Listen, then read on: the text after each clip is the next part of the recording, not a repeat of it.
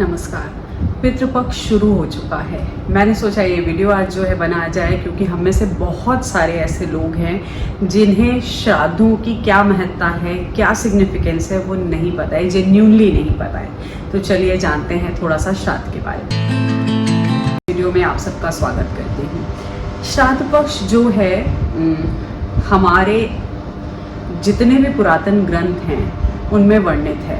रामायण के टाइम से आप देखिए, क्योंकि महाराजा दशरथ के जो अंतिम क्रिया थी उसके लिए भगवान राम वहाँ पे उपस्थित नहीं थे, तो वहाँ से हमारे स्क्रिप्चर्स में जो है श्राद्धों की महत्ता है कि सीता माता नदी के बीच से जो है 3 हाथ देखती हैं, आते हैं और वो किस हाथ पे जो है पिंडदान करती हैं।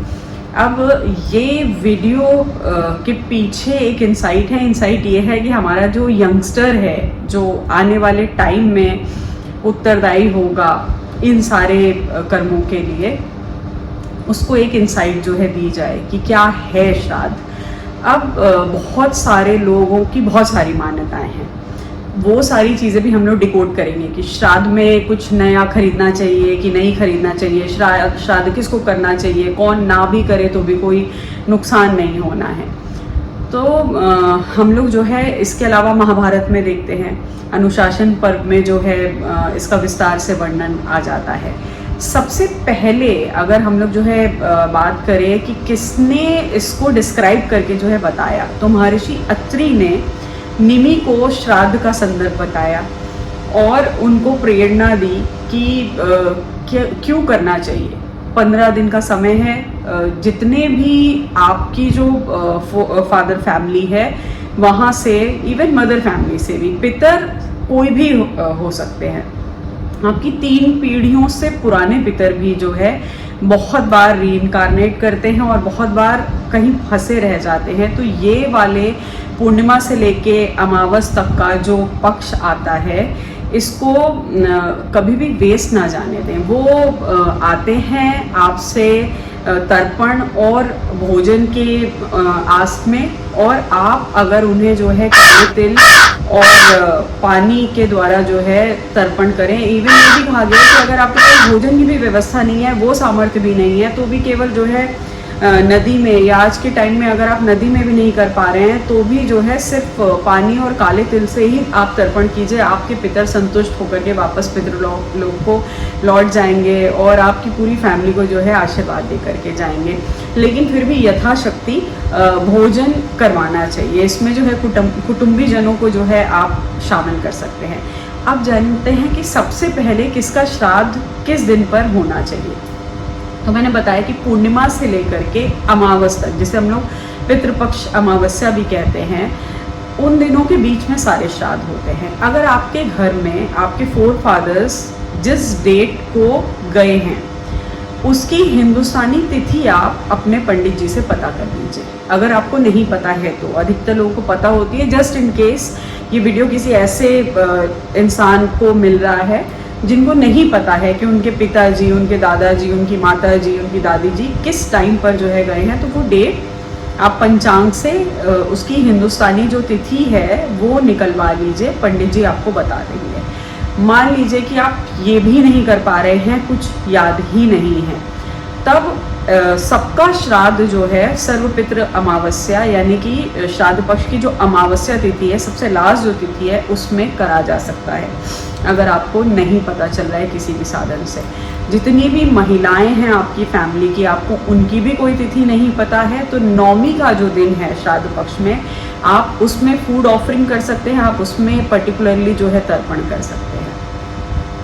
अब श्राद्ध पक्ष का जो कॉन्सेप्ट है वो यही है कि ये वाले जो दिन हैं, ये जो पूरा पक्ष है पूर्णिमा से लेकर अमावस्या तक का, इसमें आपकी फैमिली के जो फोरफादर्स हैं वो आपसे मिलने के लिए धरती पर आते हैं और देखते हैं कि सब कुछ जो है कैसा चल रहा है, जिस फैमिली को उन्होंने आगे बढ़ाया, नर्चर करा, और एक तर्पण की लालसा उनके अंदर रहती है। भगवान ना करे कि अगर वो किसी ऐसी योनि में है जहाँ से उन्हें दूसरा जन्म नहीं मिल सकता, ना ही मुक्ति मिल रही है, मोक्ष की प्राप्ति भी नहीं हो रही है, और उस सिनेरियो में अगर ऐसी फैमिलीज़ में श्राद्ध नहीं होता है तो पितृ हमेशा जो है अतृप्त होकर के, रुष्ट होकर के लौट जाते हैं, और वो अच्छा नहीं होता है। आपकी फैमिलीज़ में तरह तरह की बीमारियाँ या काम में कमी और मेल चाइल्ड्स की कमी, ये सब जो है बहुत देखने में जो है आती है। तो इसको जो है ज़रूर फॉलो करें। अगर आप किसी भी डिस्कशन का हिस्सा भी नहीं होना चाहते हैं और घर में सबसे बड़े हैं आप बड़े बेटे हैं और आपके मदर फादर भी नहीं हैं, तब ये और ज़्यादा इम्पॉर्टेंट हो जाता है कि आप शादी की ऑफरिंग्स जो है करें। अगर आप किसी मेट्रो सिटी में रह रहे हैं जहाँ पे आपके आसपास में आपके कोई रिश्तेदार नहीं है, वो भी कोई बात नहीं, आप सिंपल तर्पण कर सकते हैं। उसके बाद आप किसी भी ब्राह्मण को जो है, जो भी आपकी फूड ऑफरिंग है, अधिकतर लोग वो खिलाना पसंद करते हैं जो उनके मदर फादर को, दादा दादी को, जो उनकी फेवरेट चीज़ें हुआ करती थी, अधिकतर लोग वो ऑफरिंग जो है देते हैं। वो आप यथाशक्ति जो है कर सकते हैं। और अगर आप आज के टाइम में भी जो है एक जॉइंट फैमिली में रह रहे हैं या सेम शहर में रह रहे हैं जहाँ पे आपकी फैमिली मौजूद है, तो कोशिश करें कि उस दिन की जो फूड ऑफरिंग है, भगवान, गाय, ब्राह्मण, इन सबको जो है खिलाने के बाद उन्हें उनके साथ जो है बांट लीजिए। सबसे पहले आप ये करिए कि आप कुटुंबीजनों को उसमें जो है इनवाइट कर लीजिए, जो भी आपको ठीक लगे। वरना पितृ केवल काले तिल और जल के तर्पण से भी जो है तृप्त होकर के आशीर्वाद दे करके ही लौटते हैं। अगर कोई भी इंसान ऐसा देख रहा है जो फूड ऑफरिंग नहीं कर सकता, तो वो ये जान ले। हाँ, लेकिन अगर आप जो पिंड होते हैं वो भी चावल के आटे के होते हैं। अब पिंड कैसे जो है देना चाहिए, उसकी पूरी विधि पंडित जी तो बताते ही हैं। कमर तक पानी में खड़े होकर के जो है ये सारी तर्पण की क्रिया जो है करी जाती है। पहला पिंड हमेशा जो है पिता को अर्पण किया जाता है। उसका रीज़न क्या है कि हमारा ये जो भौतिक शरीर है, मान्यता यही है कि वो माता और पिता से ही जो है आया है। तो सबसे पहले पिंड के अधिकारी हमेशा आपके पिता हैं, अगर उनका देहांत हो चुका है तो ये उन्हीं लोगों पे लागू होता है। दूसरा पिंड जो है आपके दादाजी के लिए है, अगर उनका देहांत हो चुका है तो। और जो तीसरा पिंड है वो अपने परदादा को जो है अर्पण करना चाहिए। ऑफ कोर्स अगर आपके घर में आपके मदर फादर दोनों हैं, अभी आप जो है उन लकी लोगों में से हैं कि मदर फादर आपके पास दोनों ही लोग हैं, आपके दोनों पेरेंट्स जिंदा हैं, और उस केस में अगर वो जो है तर्पण कर रहे हैं, अगर वो जहाँ पे भी आपकी फैमिली रह रही है वो रह रहे हैं, वहाँ पे श्राद्ध हो रहा है, तो आपको इसको करने की कोई भी आवश्यकता नहीं है। ये जो सारे नियम हैं ये आपके ऊपर लागू नहीं होते। आप जो है नई चीज़ें खरीद सकते हैं, क्योंकि आपके शरीर को जिन्होंने उत्पन्न करा है वो प्रथम पूज्य लोग अभी भी आपके साथ हैं, जीवित हैं, तो आप पे ये वाले नियम लागू नहीं होते हैं। तो आप कुछ शॉपिंग करना चाहें आप कर सकते हैं, आप नई चीज़ें खरीद सकते हैं अगर वहाँ पे श्राद्ध हो रहा है। जस्ट इन केस कोई भी पेरेंट अगर जो है आपका नहीं है, स्पेशली अगर फादर नहीं है तो, और आप बड़े बेटे हैं या किसी को बेटे नहीं हैं, बेटियां भी हैं, तो भी कोशिश यही करनी चाहिए। देखिए, शास्त्र के नियम, ये जो मैंने कहानी आपको बताई, ये सतयुग की कहानी थी, फिर वो जो है महाभारत तक चल कर के आई। अब हम लोग जो है कलयुग में आ गए हैं। कलयुग भी जो है बहुत सारे सालों के लिए अब बचा नहीं है, एकदम हम लोग जो है लास्ट चरणों के पास जो है पहुंच ही रहे हैं। तो इसमें क्या है कि शास्त्र जो चीज़ कह रहा है वो एप्लीकेबल भी होनी चाहिए, आज के टाइम में प्रैक्टिकल भी होनी चाहिए। तो क्या जो है जिनको सिर्फ जो है गर्ल चाइल्ड हैं उनके वहाँ के पितर अतृप्त रह जाएं, आप भी फूड ऑफरिंग जो है कर सकते हैं, तर्पण कर सकते हैं। विवाहिता स्त्री को तो वैसे भी जो है पूरा जो है हक दिया गया है कि आप अपने हस्बैंड के लिए तर्पण जो है कर सकते हैं, ये पूरा हक दिया गया है। मैंने एक सीता माता की इसमें कहानी भी बताई थी कि उन्होंने जो है अपने ससुर के हाथ पर जो है पिंड दिया और फिर वो हाथ जो है गायब हो जाते हैं, आशीर्वाद देते हैं। तो ये सारी जो चीज़ें हैं ये लोगों के मुंह से सुन करके बिलीव मत कीजिए, अपने स्कल्पचर्स को जानिए। अपनी जो हमारी जो हेरिटेज है वो बहुत रिच है। जेंडर बायस्ड होने के उनके पास कुछ रीजंस थे, वो यही थी कि औरतों की जो फिजिकल स्टेट है वो पूरे महीने एक जैसी नहीं रहती है और उस टाइम की स्थितियाँ जो है अलग हुआ करती थी। तो ये तो बेसिक हो गया श्राद्ध का।